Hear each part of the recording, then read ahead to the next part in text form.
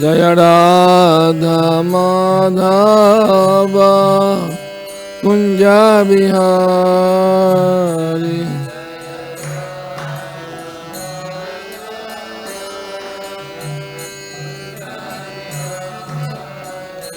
Jaya Radha Madhava Kunja Bihari.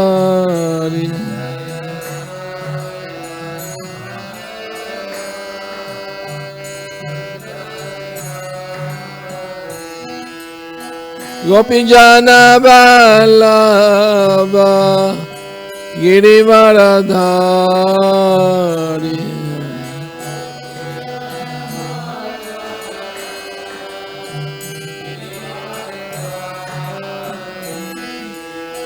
Gopijana Vallabha Girivaradhari.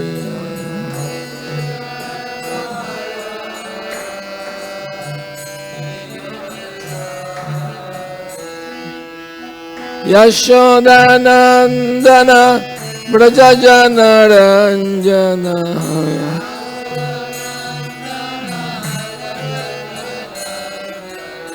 Yashodanandana Brajajana Ranjana.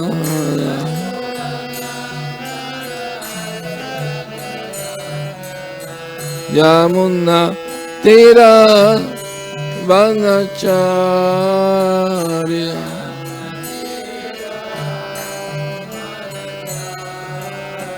Yamuna Tira Vanacharya.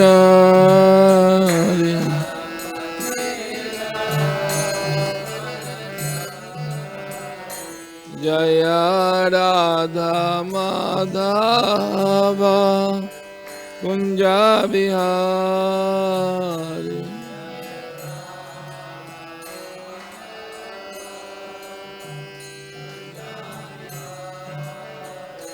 Jaya Radha Madhava Kunja Bihari.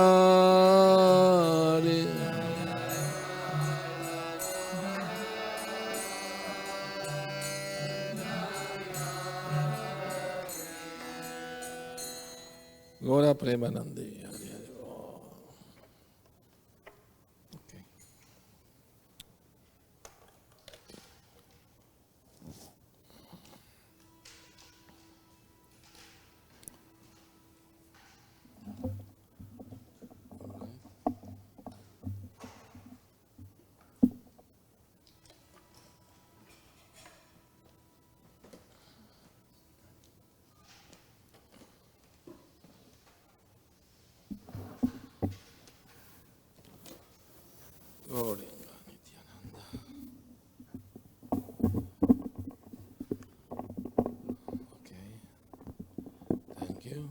Okay. Reading from Srimad Bhagavatam, 3rd Canto, Chapter 25, The Glories of Devotional Service, Text 8. Narayanam Namaskritya Naram Chaiva Narottamam Devim Saraswatim Vyasam Tato Jayamudiraye Nasta Prayesha Bhadreshu Nityam Bhagavata Sevaya Bhagavati Uttama Shloke Bhaktir Bhavati Naishtaki Om Namo Bhagavate Vasudevaya Om Namo Bhagavate Vasudevaya Om Namo Bhagavate Vasudevaya Tasya tvam tamaso ndhasya duṣpārasyādya pāragam sac-cakṣur janmanām ante labdham tvad-anugrahāt tasya tvam tamaso ndhasya duṣpārasyādya pāragam sac-cakṣur janmanām ante labdham tvad-anugrahāt tasya tvam tamaso ndhasya duṣpārasyādya pāragam sac-cakṣur janmanām ante labdham tvad-anugrahāt.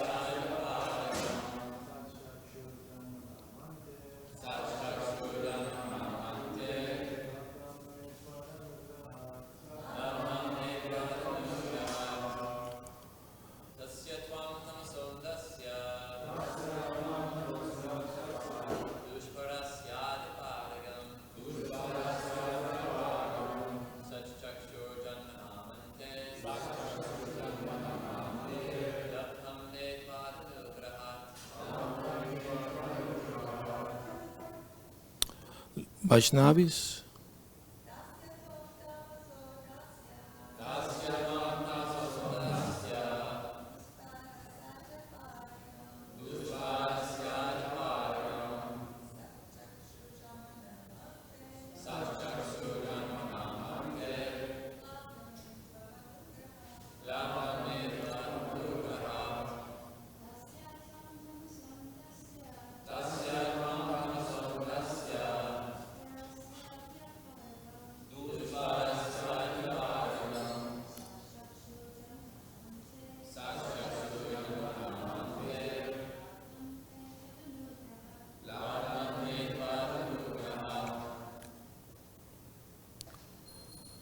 tasya tvam tamaso ndhasya duṣpārasyādya Pāragam sac-cakṣur janmanām ante labdham tvad-anugrahāt. Translation word by word. Please repeat. Tasya, that, tvam, you. Tamasaḥ, ignorance. Andhasya, darkness. Duṣpārasya, difficult to cross. Adya, now. Pāragam, crossing over. Sat, transcendental. Cakṣuḥ, eye. Janmanām, of births. Ante, at the end. Labdham, attained. My. Tvat-anugrahāt, by your mercy. Translation. Your Lordship is my only means of getting out of this darkest region of ignorance, because you are my transcendental eye, which by your mercy only I have attained after many, many births. Purport. This verse is very instructive, since it indicates the relationship between the spiritual master and the disciple.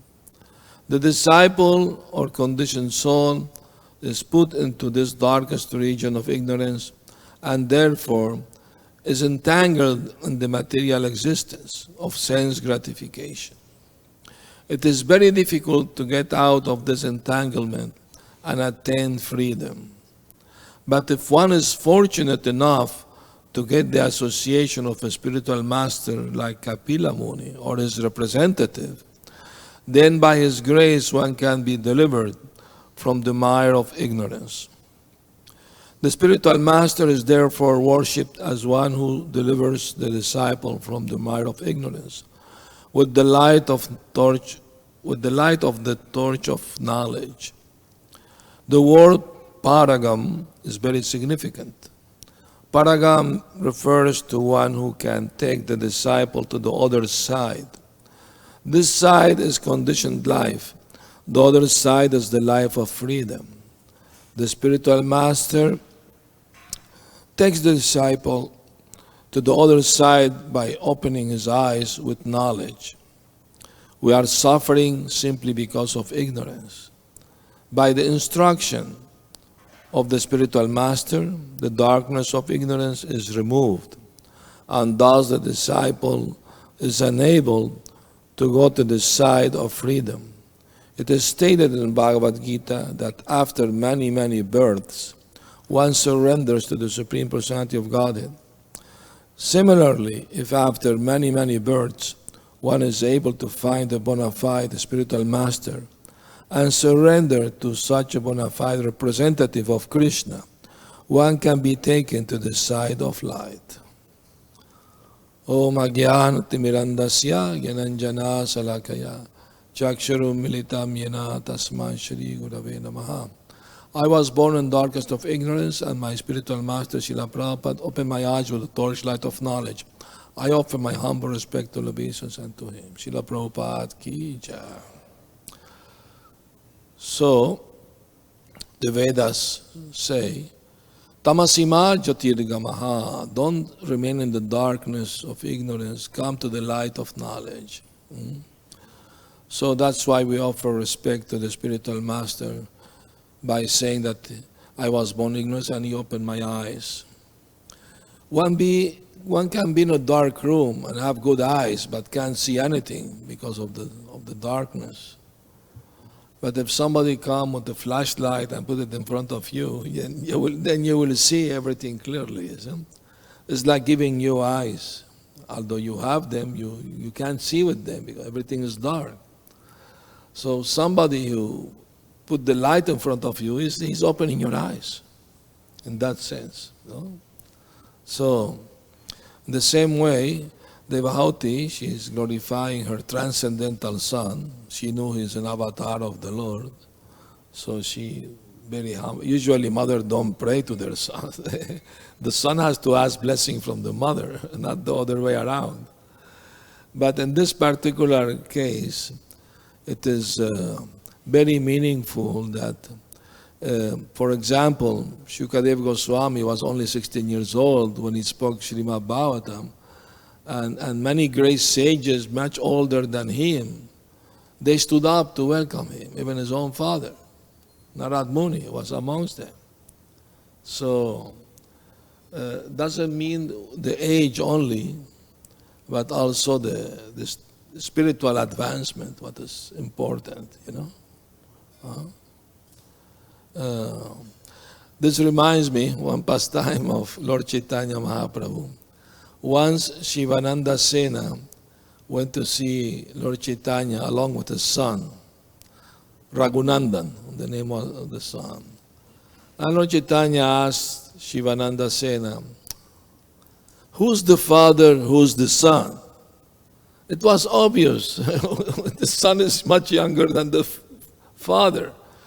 But Shivananda Sena understood why Lord Chaitanya asked this question, which was obvious, the answer. And Shivananda Sena said, he is my father because he taught me what means real bhakti, real devotion to the Lord. And why is that? Because once Shivananda Sena had to go on a short trip, and he asked the son, please, you offer the bhoga to our deities and make sure they accept the food, everything will be nice. So he did that. the mother cooked, the son offered the bhoga to their deities. So the son was very young, like a teenager, very innocent. And not like teenagers nowadays, they are not so innocent. Thanks to the internet and so many bad things, they can't remain so innocent. But this boy was very innocent. And when he offered the bhoga, and he waited outside the room for a few minutes, when he came inside, he saw naturally all the food intact. But he thought that his father told him, make sure the deities will eat the food. So in his innocence, in his purity of heart, he thought, oh no, maybe I didn't do the prayers properly or the mantras properly, that's why Krishna's not eating.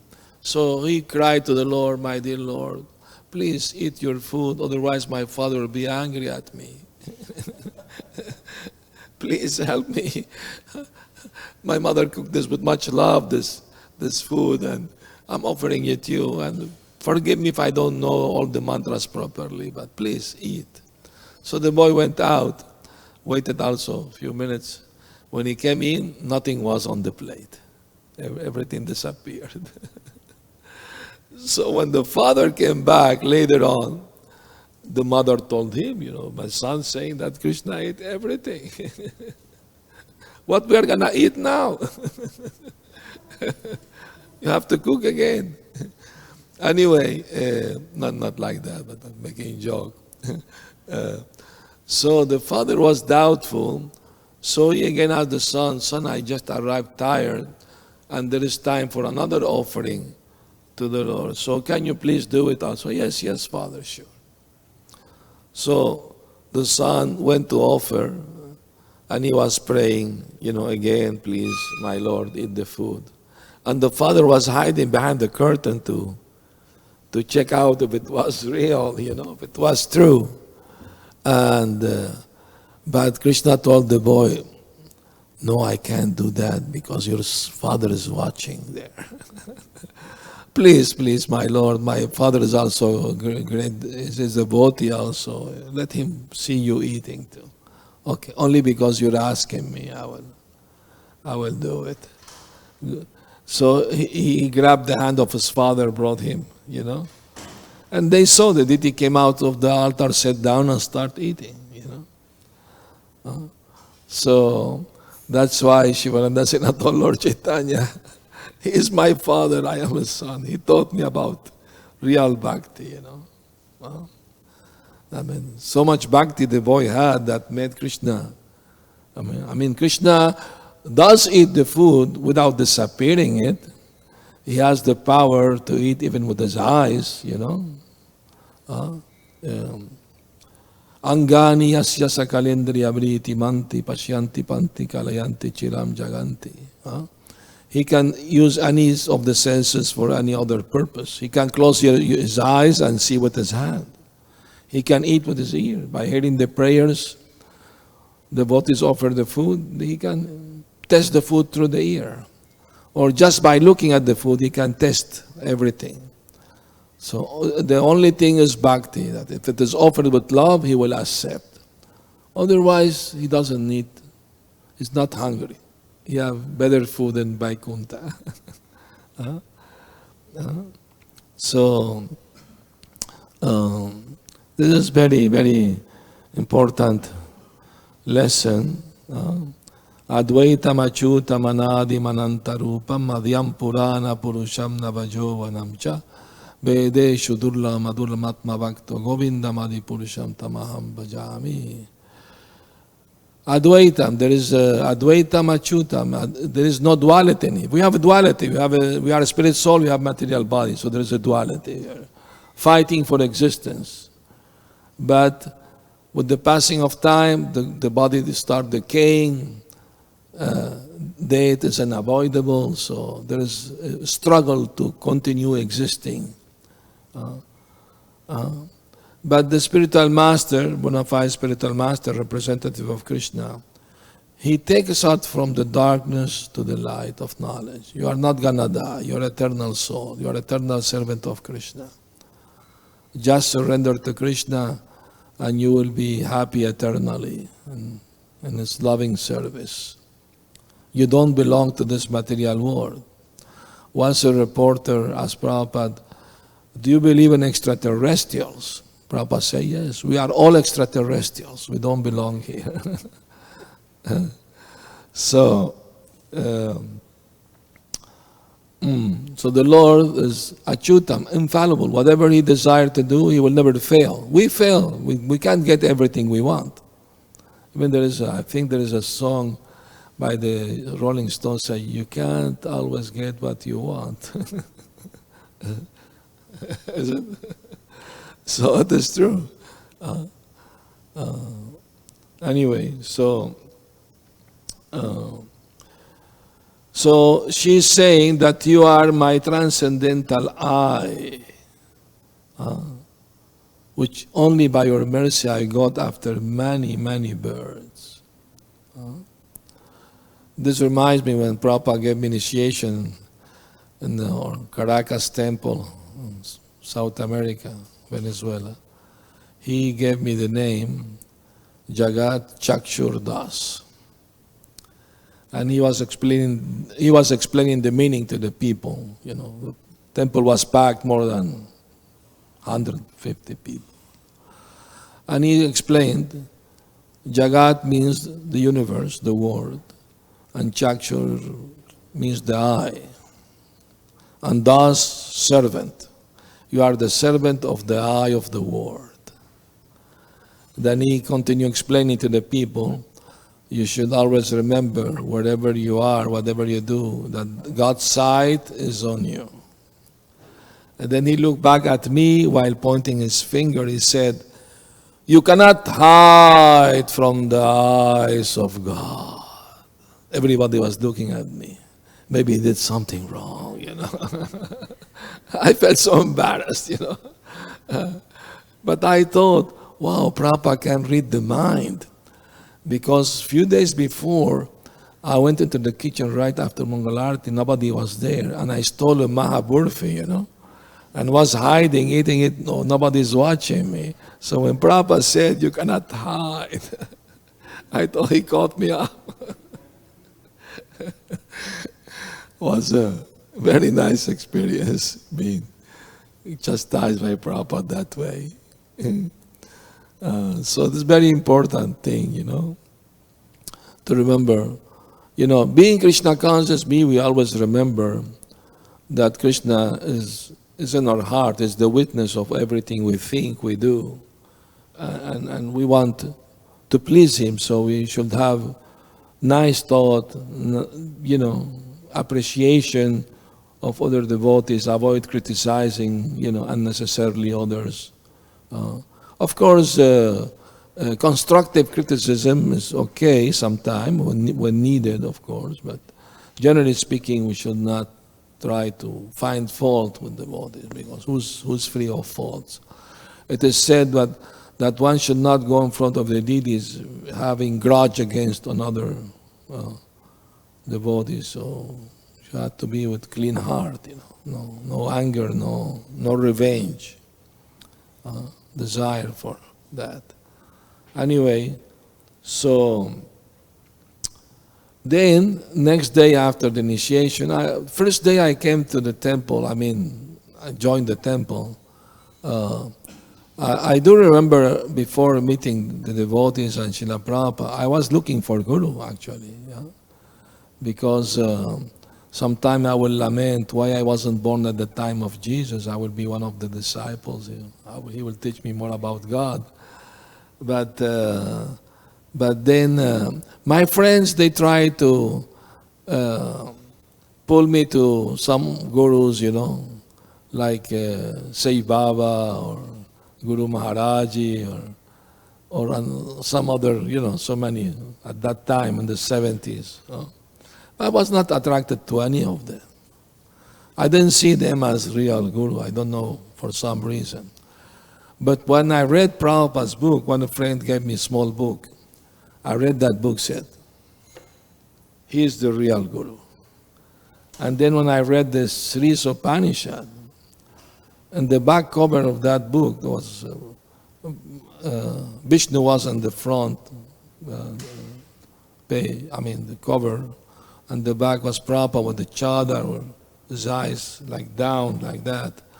And I felt this is a real humble, pure saint, So, and after reading the book, he destroyed all my speculative knowledge of impersonalism. I was into yoga and impersonal philosophy and all this. So he convinced me I was wrong.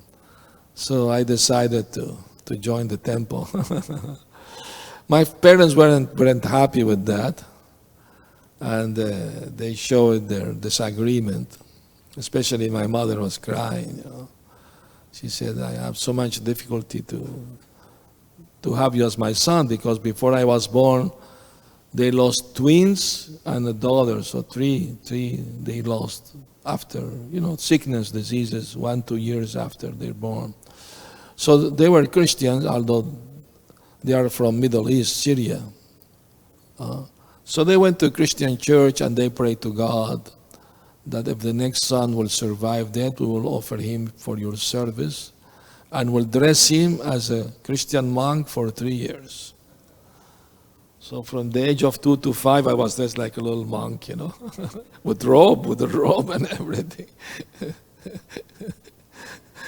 I remember at the age of 2, we took a boat from Lebanon to South America. We stopped in Barcelona, Spain for a few days, and we took a picture underneath the statue of Columbus. And I was playing an harmonica and dressed like a little monk. So 30 years later, I went to Spain and became temple president in Madrid. Then there was an opening of a temple in Barcelona. We went there. And one morning, went to Japa walk with other devotees, and we passed through the statues of Columbus. And I remember the photograph. And I told the devotees, 30 years ago, I came here as a Christian monk, and I'm coming back now as a Hare Krishna monk. By Prabhupada's mercy, he converted me. Actually, at the age of 14, my parents were going to send me to the monastery, become a monk, a Christian monk in Lebanon. But that same year, they decided to go back to South America. They returned and they decided to go back. Unfortunately, I didn't stay in the monastery. I didn't go to the monastery. I decided to go with them. That was in 1965. The same year, Prabhupada took a big boat in Calcutta. I took a boat from Lebanon to go to South America. Anyway, so I told my parents, you should be happy. I'm deciding to become, a monk. I'm helping you to fulfill your promise. You made the promise to God. They said, well, we meant the Christian God, not the Hindu God. I said, you should have been more specific then. God is one, is not Indian or Christian or Muslim or this or that. I told her, don't worry, if I don't like it, I will come back. Okay, come back soon. I said, okay. I said that just to pacify them, And then after 2 weeks, they came to the temple, and I gave them prasad. Fortunately, Prabhupada sent a letter to all temples saying that all temples should have 25 prasad plates ready any time of the day. Any guest will come, should not leave without having prasad. That's a letter from Prabhupada stating that. And thanks to that, they came out in the afternoon, maybe 4 or 5, and prasad was the Prabhupada said, if there's any leftover, the devotee can take in the evening. No, nothing will be lost. So I offered them, I have 2 brothers, 2 sisters, father and mother. They came, I gave them prasad, we have a nice talk, everything. So, and then I asked them, how you found the address, because in my excitement to come, I forgot to give you the temple address. It was in another town, 2 hours away from where they lived, the capital, Caracas. They live in another town. And they were smiling, but my younger sister said, I will tell you the truth. Not knowing how to find you, we were desperate. So we went to see a psychic. And the psychic said, show me his photo. So we showed him one of your photos. And he sent the ghost, and the ghost found the address for us. I said, really? He said, yeah, really. We're telling you the truth. I said, wow, okay. So the ghost did the service. He brought you to the temple. Good for him. Anyway. Hare Krishna. So, and many other, anecdotes, how they became more devoted attracted more to Krishna. Because my elder sister's son, my nephew, he was ghost hunted. And he couldn't sleep, he had nightmares all the time, So they took him to a Christian priest, did that, nothing worked. So they remembered this mentalist to help them, So they went to him. What they didn't know, that this man had a friend who was a devotee, and he gave them the book, and the mentalist started chanting Hare Krishna and reading the books. So they went to him for advice. Since he helped them to find me, they went to him. And he told them, the best thing you can do, all families should come together every evening and chant the Maha Mantra Hare Krishna loudly for 1 hour. And very soon he will get cured. And then it happened. After 1-2 weeks, the boy was okay. So all of them were grateful. They came to temple, thank Krishna for his help, So, anyway. Then, few years later, I went to visit the Mexico temple for first time. And I was invited to give the Sunday feast class, which temple was packed, like 200-300 people. Big city, And one devotee made a VHS video, recorded the video. He gave me a copy. So when I went back to Venezuela, I gave a copy to my father to see. And he looked at it, and then he started calling his friends. He said, oh, my son brought me a very nice video from Mexico. Would you like to see it? What's it about? Oh, it's what he said, surprise. You must come first. So out of curiosity, some of his friends came. I put the video on. And they show, I'm chanting, playing harmonium. They give me a glass of water, put a garland on. People asking questions, like that. And he told his friend, look, my son became a bishop in the Hare Krishna religion.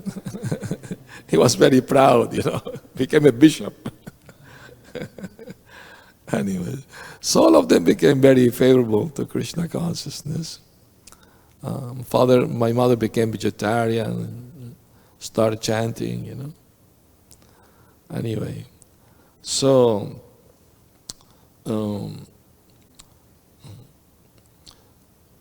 Krishna is so kind to the fallen souls that when he sees somebody sincerely trying to find answers, I remember when I was a teenager, I read the Bible, Jesus said, there are more truth to be told, but you are not ready to understand.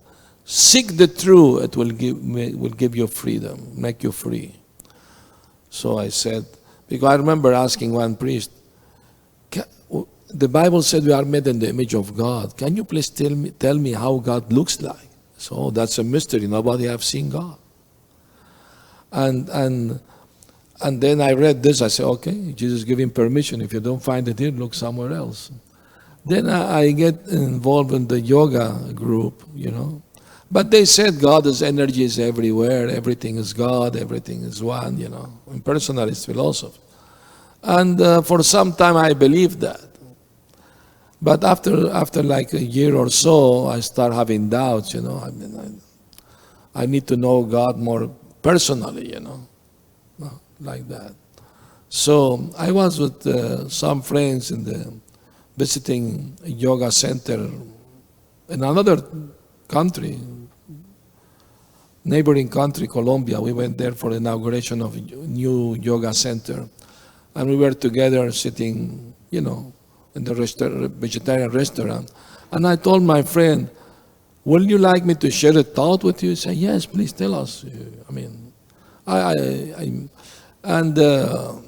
Because they used to take my advice, because they saw I was reading so many books. I used to read Ramayana, Mahabharata, different Upanishads, all by impersonalists, the majority of them. So they asked me questions. One time they asked me, after reading so many books, what conclusion you came? I said, I came to the conclusion that we are not this body. We are the spirit inside the body. And God is also inside us. But since God is inside us, we are also gods. We are all gods. I became very happy. Oh, we are all gods. I'm personalist, At least not the body, Anyway, so when my friend, I told me, okay, what do you have in mind? I said, do you see this big building from the window? This is made by man. And do you see here on the table these beautiful roses? So fragrant and beautiful, these are made by God. If God can make such beautiful thing, imagine how beautiful He must be. But unfortunately, I still don't know Him. But I promise you, the day I come to know God in truth, I will surrender my life to Him. And my friend said, oh, that's very nice spiritual thought, but please take it easy on us. We don't want to lose you, Next time I saw some of them, I was dressed like a brahmachari, selling books. Anyway, so we went back after a few days, and I was walking on the street in the capital city, Caracas, and one brahmachari stopped us, offered magazine books, and he invited us to the temple. So we went to the temple for the first time. And I told him, can I ask you a question? He said, yes. How God looks like for you? And they showed me a big, beautiful Radha Krishna oil painting. Krishna playing the flute next to Radharani. There was a beautiful cow, peacocks, the river Yamuna with lotus flowers, monkeys, beautiful. And I look at the painting in surprise. I thought, finally somebody have a concrete answer, And I look and said, why not? He looks very beautiful. He must be God. He could be God, Why not? And I thought, all religions of the world looking for God, and these Hare Krishna people are so brave to have his painting on the wall of their temple. That's far out. I need to know more about this. So start visiting the temple more often, although I live 2 hours away, few times a week, 3-4 times, and do some service and start chanting japa. I went Mangalarti, when devotee gave me beads, start chanting. And after a few days, I was able to chant 16 rounds. After a few days, I felt like something I left behind, and I was recovering back. So, and of course, all was, Srila Prabhupada's mercy, that he brought Krishna consciousness to the West,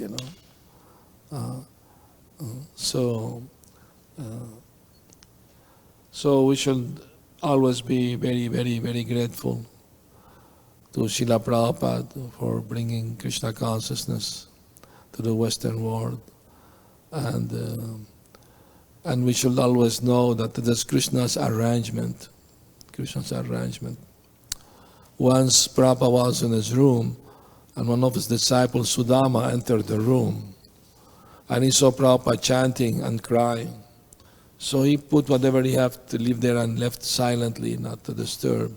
But one lady came, told him, oh, Prabhupada may need this devotees, please take it to the room. No, I don't want, no, you have to take it. So he went inside again, paid obeisance, silently. And when he was going out, Prabhupada stopped him and said, Sudama, come here. Do you know why I am crying? No, Prabhupada. Because by the mercy of my Guru Maharaj, now I can see Krishna. And then Sudama started crying. And Prabhupada asking, why you're crying? I said, I don't know, Prabhupada.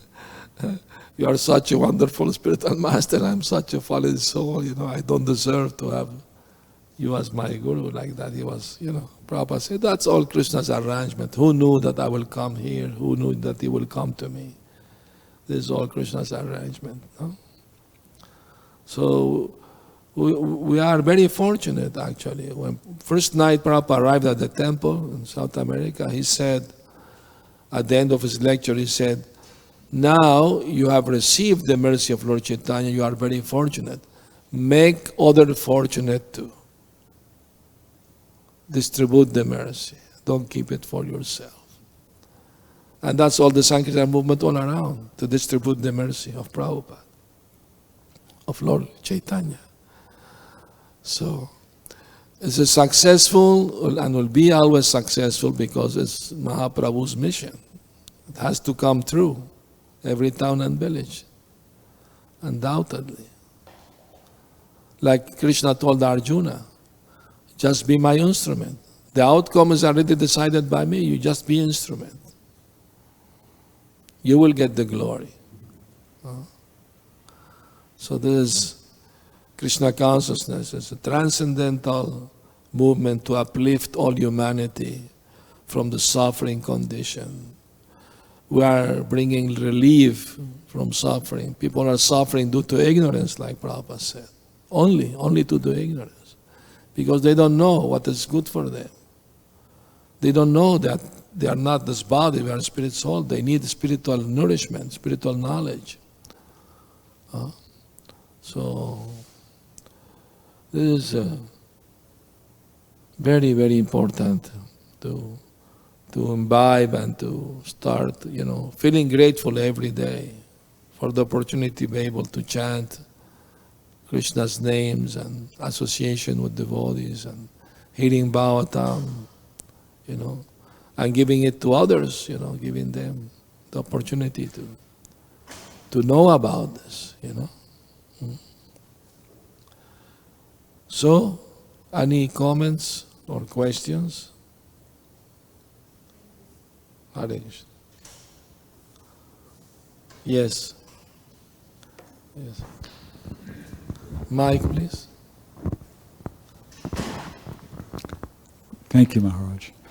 In the physical absence of one's spiritual master, Yes. how do you know whether you're pleasing him or not? How you will know? Yeah. How do you know if you're pleasing him or not? In the physical absence of your spiritual master, how do you know? Well, once Prabhupada was asked by a disciple, Prabhupada, how can I please you? And Prabhupada's answer was, your desire to please me pleases me. So if a disciple will have the desire to please his guru, that is pleasing to the guru. The sincerity, Prabhupada said the most important thing in spiritual life is to be sincere. So if one sincerely wants to please a guru, then that's pleasing to the guru, undoubtedly. And the proof of that is that we still remain in Krishna consciousness. We don't go away. That's the proof. We're still practicing. We're still endeavoring to serve the mission of our Guru Maharaj. Is that okay? I have a question, but before the question, also in another occasion, we know that famous pastime when Prabhupada was in Atlanta and the devotees, all the Sankirtan devotees were there together, and someone raised the hand and he says, Prabhupada, what will please you the most? And he said, if you love Krishna. If you love Krishna. Yeah, Prabhupada said that. If you love Krishna. Yeah. And also Prabhupada said, I came to teach everyone chant Hare Krishna. So you are chanting Hare Krishna. You are cooperating with my desire, my movement to spread this chanting of Hare Krishna. So you are pleasing me. So the question will be, every devotee would love to see that eternal relationship with the Guru be actually, how do you say, a fact that you actually, when you leave this world, you're going to meet the Guru either in the You will spiritual not world or in see other him. planets. If you meet the Guru, you will not recognize him. You will not have the same physical form that he had when he was on the Earth planet. Yeah, I was He going may in have that direction. become associated of Krishna, he has maybe a covered boy or a gopi or whatever. But of course, that revelation will come when one is pure devotee, not before.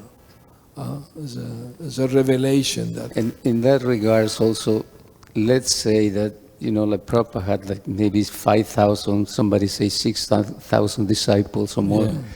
So sometimes some of them, unfortunately, did not continue with the process.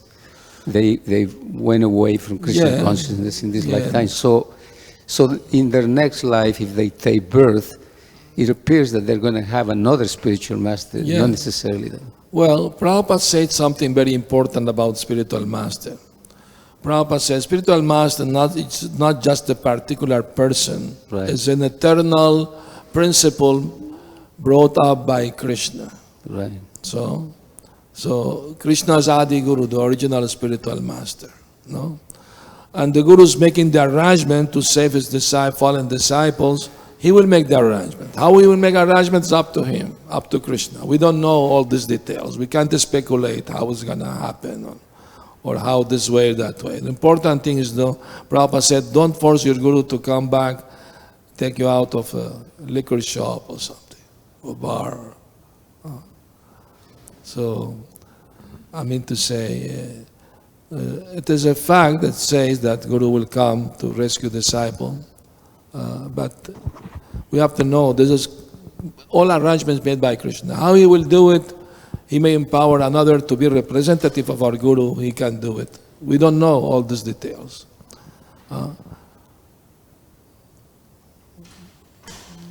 Yes.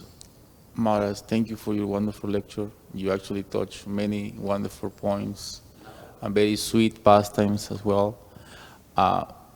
Like, for example, your Prabhupada disciples, we often hear that when some of Prabhupada disciples leave their body, so we say, oh, they went with Prabhupada, they are Prabhupada associates or Prabhupada's men.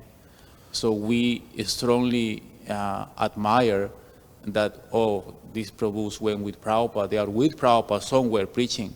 Yes. So we are not Prabhupada disciples.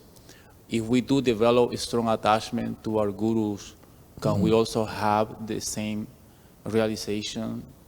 Is that possible? Well, I mean to say, all depends on the spiritual advancement. Everything is revealed at the proper time, not before. And that revelation will happen when one is more pure in heart, Krishna can give you assurance this way, that way. Otherwise, it's just, good wishes. We have good wishes. I would like this, I would like that. That's good, a good desire, no? But we should be patient, endeavor with confidence, and be always enthusiastic. Prabhupada said, if you lose enthusiasm, everything is finished. So it's very important to keep the enthusiasm in the spiritual life. And what keeps us enthusiastic in the spiritual life is always to share Prabhupada's teaching, Lord Chaitanya's teaching. And to always remember that we were rescued from the darkest well of ignorance. We should always remember that. We were going our path to hell and we were rescued. So we always should be grateful and don't lose sight. Janma mrityu jara vyadi dukkha dosha nudarshanam. These are miseries always there, birth, old age, disease, and death. We should remember these things, so they will not be bewildered by the attraction to the material enjoyment, which is the cause of our entanglement in this material world for so many births. The desire to enjoy the energy, material energy, is the cause. So this, of course, will diminish gradually, this desire, and desire to to serve and love Krishna will increase. We just have to continue doing every day devotional service. It's like when you have a big jar, clay jar, and you want to fill it with water, but it comes only one drop. You have to be patient. One day it will be filled up. So we have to be patient. And depends on, two things are important in the spiritual life: to make our best effort and depend on Krishna's mercy. That's we always need to do. Any revelation about our relationship with our spiritual master, if he's with Krishna, what will be revealed, that will come in due time. We shouldn't need to imagine things or speculate things. We just have to continue. That if the spiritual master is engaged in always serving the Lord and his spiritual master, and we are following him, we are in the right track. Undoubtedly, we are in the right track. Prabhupada told Bhakti Tirtha Swami, this is like a transcendental train. One wagon push the other wagon, then the train goes. So I'm pushing you, you push others, and the train goes. Prabhupada said, what is the use of a train compartment with AC if the train is not moving? No, it's useless. You may have very nice compartment with AC in it, train not moving. So that's why Prabhupada said this is the movement, Hare Krishna movement. Always something moving, going on. Some activity going on all the time. Devotees go here, go there, doing service, The revelation will come in due time. We can't know everything now. We wish to know more, But we have to be patient and be grateful. Whatever realization you are getting, it will come. Prabhupada says, not enough to know we are not the body, we're soul. We need to experience it. It's not enough to know Krishna is God. I need to experience that also. And Krishna may give us revelation, in the heart. He may confirm this. Once Prabhupada was with his disciple, big group of them, and he asked them the question, how do you know Krishna is God, Supreme God? Prabhupada, because it is said in the Bhagavad-gītā. You also said, another word, also many other sages, Narad Muni, Vyasa, all of them. Prabhupada said, that's correct, that's right. But how do you know for sure it is true? Then one devotee raised his hand and said, Prabhupada, because when I chant Hare Krishna, I feel it in my heart that Krishna is the Supreme God. Said, that's very good. Realization, that Krishna will give you confirmation. Yes, it is true. You're going in the right path. Be assured of that. Don't doubt.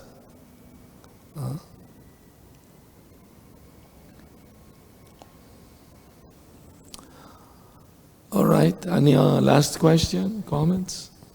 Thank you very much. Srila Prabhupada ki jai. Gaur Premanandi. Hari Hari Bo.